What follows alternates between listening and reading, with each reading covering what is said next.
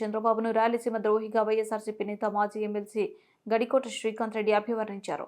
శ్రీభాగ్ ఒప్పందాన్ని తుంగలో తొక్కారంటూ మండిపడ్డారు. ఆయన తాడేపల్లిలోని వైఎస్ఆర్సీపీ కేంద్ర కార్యాలయంలో మీడియా సమావేశంలో మాట్లాడుతూ హైకోర్టు ఏర్పాటును అడ్డుకుని బెంచ్ని చేస్తానంటడం సరికాదన్నారు. ఆయన తలపెడుతున్నాడు. 1-2 కాదు, చరిత్ర ఎప్పుడు క్షమించని విధంగా, రాయలసీమ ప్రజల యొక్క మనోభావాలు దెబ్బతినే విధంగా, భవిష్యత్తులో రాయలసీమ ప్రజలు కోలుకోని విధంగా దెబ్బతీస్తున్నటువంటి వ్యక్తి గౌరవ చంద్రబాబు నాయుడు గారు. ఈరోజు రాయలసీమకు సంబంధించినటువంటి మంత్రితోనే తను ఒక తీర్మానం చేసి కర్నూలులో పెట్టవలసినటువంటి హైకోర్టు వద్దు, అక్కడ బెంచ్ చాలు అని చెప్పి తీర్మానం చేయించి రాయలసీమ నేను ఉద్ధరించేశాను అని మాట్లాడుతున్న మాటలు విన్నప్పుడు ఒక రాయలసీమ వాసిగా చాలా బాధ కలుగుతుంది. ఒకప్పుడు రాష్ట్రానికి రాజధానిగా కర్నూలు చేయబడ్డది. తెలుగు ప్రజల ఐక్యత కోసం త్యాగం చేసింది రాయలసీమ. తర్వాత శ్రీభాగ్ ఒడంబడికలో అంతకు మునుపు కూడా రాష్ట్రాలు ఏర్పాటు కాక మునుపు, తెలుగు రాష్ట్రాలు కలవక ముందు, తెలుగు రాష్ట్రం ఆంధ్రప్రదేశ్ సపరేట్గా ఉన్నప్పుడు శ్రీభాగ్ ఒడంబడికలో వాళ్ళు క్లియర్గా చెప్పడం జరిగింది. రాజధాని ఒక చోటు ఉంటే హైకోర్టు ఒక చోటు ఉండాలి. అలాంటిది శ్రీభాగ్ ఒడంబడిక యొక్క తీర్మానం. అన్నిటినీ తొంగలో దొక్కాడు.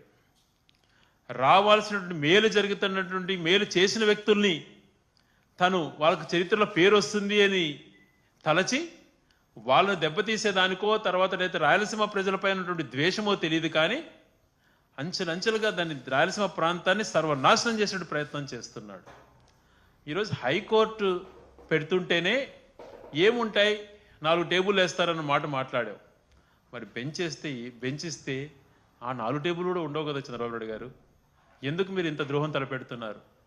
రాయలసీమ ప్రజలు మీరు రాజధాని పెట్టుకుంటే ఏం మాట్లాడలేదు, హైకోర్టు అన్నటువంటి వస్తుంది అన్నటువంటి ఆశతో ఉన్నారు. మరి ఈరోజు హైకోర్టు ఏదైతే జగన్మోహన్ రెడ్డి గారి ప్రభుత్వంలో హైకోర్టు కర్నూలులో పెట్టాలని తీర్మానం చేసి అన్ని రకాలుగా దాన్ని కేవలం ఒక సుప్రీంకోర్టు డెసిషన్ కోసం వెయిట్ చేస్తున్న సమయంలో హైకోర్టు అక్కడ వస్తుంది కదా అని చెప్పి అలైడ్ కోర్ట్స్ అన్నీ కూడా అక్కడ పెట్టి ఆ ప్రాంతానికి న్యాయ రాజధానిగా చేయాలని చెప్పి తలస్తే ఈరోజు నువ్వు హైకోర్టును అక్కడి నుంచి మూవ్ చేయాలన్నటువంటి ఆలోచన రావటం ఎంతవరకు సమంజసం అని చెప్పి నేను ప్రశ్నిస్తున్నాను. బెంచ్ ఏర్పాటు చేస్తానంటున్నావు, దానివల్ల ఉపయోగం ఏంటి? హైకోర్టు అనేది ఉంటే ఆ రాయలసీమ వాసుల్లో కూడా మాకు ఒకటి రాష్ట్రానికి సంబంధించింది ముఖ్యమైనటువంటిది ఉంది అని చెప్పి భావించేవాళ్ళం కదా. దాన్ని ఎందుకు తీసేస్తున్నావు? లా యూనివర్సిటీని శంకుస్థాపన చేసి పనులు కూడా మొదలుపెట్టినటువంటి లా యూనివర్సిటీని అక్కడి నుంచి తీసేయడంలో నీ అంతర్యం ఏంటి? దానితో పాటు కడపలో వచ్చినటువంటి ఈఎంసీ సెంటర్ని దాన్ని కూడా తీసేసి మరొక ప్రాంతానికి పెట్టుకుంటున్నావు. ఈరోజు గతంలో నువ్వు మాట్లాడావు, ఒక ప్రాంతంలో కేటాయించినటువంటివి ఒక ప్రాంతంలో జరుగుతున్నటువంటి వాటిని మార్చడం ఎంతవరకు సమంజసమో అని చెప్పి నువ్వు మాట్లాడావు గతంలో. ఈరోజు రాయలసీమ ప్రాంత వాసులుగా మాకు వచ్చినటువంటి హక్కును, మాకు జరుగుతున్న మంచిని మా కళ్ళ ముందర తీసుకెళ్తుంటే మాకెంత బాధ ఉంటుంది. నీలాగా ఆర్గనైజ్డ్గా ఉద్యమాలు చేసేటువంటి ఇది మా దగ్గర లేకపోవచ్చు, కానీ మా గుండెల్లో ఒక బాధ అన్నది కలుగుతోంది. ప్రతి ఒక్కరూ కూడా చర్చించుకుంటున్నారు, ప్రతి ఒక్కరు కూడా బాధపడుతున్నారు. ఏంటి అన్యాయం? ఏం చేశాం రాయలసీమ వాసులము? ఉన్నటువంటి హైకోర్టు ఇక్కడ కేటాయించినటువంటి హైకోర్టును తరలించడం ఏంటి? లా యూనివర్సిటీని తీసుకుపోవడం ఏంటి? ఈఎంసీ సెంటర్ని ఏదో ట్రైనింగ్ ఇన్స్టిట్యూట్ ఏదో కొప్పర్తిలో పెట్టాలని దాన్ని తరలించడం ఏంటి? ఏం చేస్తున్నాడు చంద్రబాబు నాయుడు గారు? ఇంత ద్రోహం ఎందుకు తలపెట్టారు అని చెప్పి ప్రతి ఒక్కరు రాయలసీమ వాసులము నిజంగా బాధపడుతున్నాం. మరి ఈ మధ్య నిన్న అసెంబ్లీలో చూడడం జరిగింది.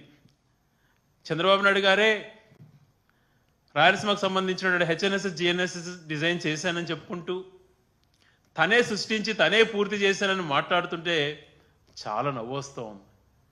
ఒక్కసారి ఆయనకు చరిత్ర మర్చిపోతాడో లేకపోతే ప్రజలను తప్పుదోవ పట్టించాలని ఆలోచన చేస్తారో అర్థం కావట్లేదు. కానీ 1995లో ఆయన ముఖ్యమంత్రి అయ్యి 2004 వరకు ముఖ్యమంత్రి కొనసాగాడు. 10 సంవత్సరాలలో రాయలసీమకు సంబంధించినటువంటి హెచ్ఎన్ఎస్ఎస్ జిఎన్ఎస్ఎస్ అప్పుడు టేకప్ చేసినంటే, పూర్తి చేయని అవసరం లే, టేకప్ చేసినంటే వాటికి అష్యూర్ వాటర్ అనేటువంటిది వచ్చేటివి. బ్రిజేష్ ట్రిబ్యునల్ ఏర్పడింది 2004లో. అంతకు మునుపు అది స్టార్ట్ చేసినా కూడా ఈరోజు అజ్యూర్ దానికి నికర జలాలు కేటాయించబడేటివి. ఒక రకంగా ఎంతో ద్రోహం చేశావు నువ్వు. ఆ ప్రాజెక్టులు వద్దు అని చెప్పి ఎన్టీ రామారావు గారు 83లో 84లో శంకుస్థాపన చేశారు, వదిలేశారు, పేరు పెట్టి వదిలేశారు.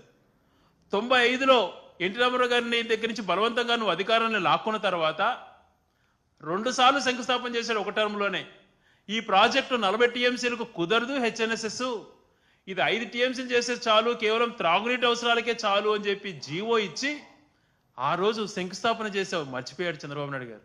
పోనీ శంకుస్థాపన చేశాడు, కనీసం కొద్దో గొప్ప పని స్టార్ట్ చేస్తాడంటే హెచ్ఎన్ఎస్ పనే స్టార్ట్ చేయలేదు.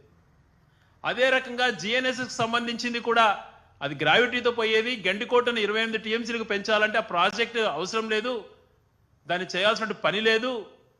గండికోట అన్నటువంటిది పెన్నా జలాలపైన ఆధారపడి